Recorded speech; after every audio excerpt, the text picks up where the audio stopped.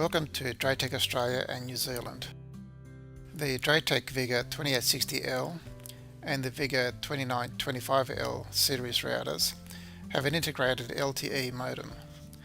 They accept standard size SIM cards from major broadband service providers in Australia such as Telstra, Optus, Vodafone, as well as others. In New Zealand, these routers will work with broadband service providers such as Spark, 2 Degrees, Vodafone, as well as others.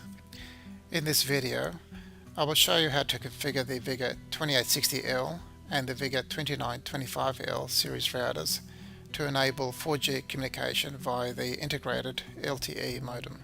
Before we start, I should mention that the supported 4G LTE bands are Band 3, Band 7, Band 8 and Band 20.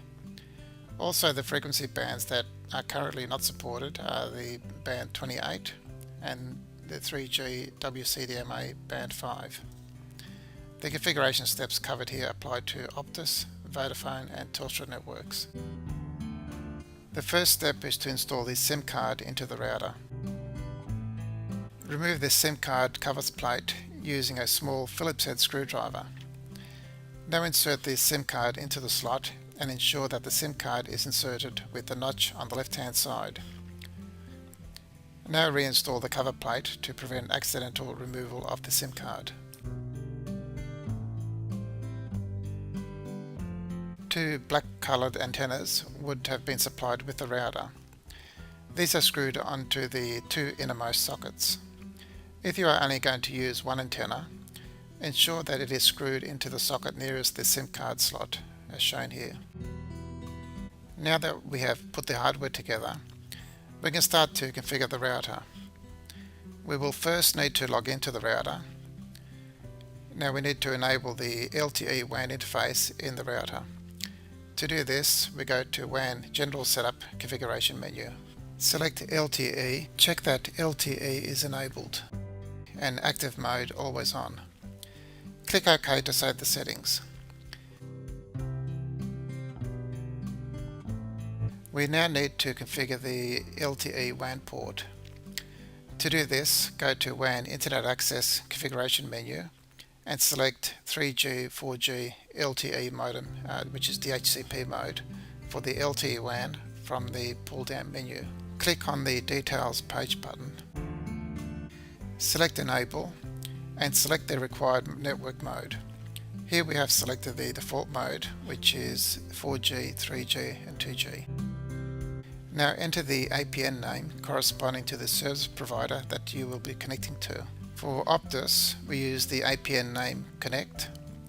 For Vodafone, we use live.vodafone.com, and for Telstra, we use telstra.internet. It is possible that you may have been given a different APN name by your service provider, and you can enter this here. I will be connecting to Telstra, so we enter telstra.internet for the APN name. We leave the other settings at default values.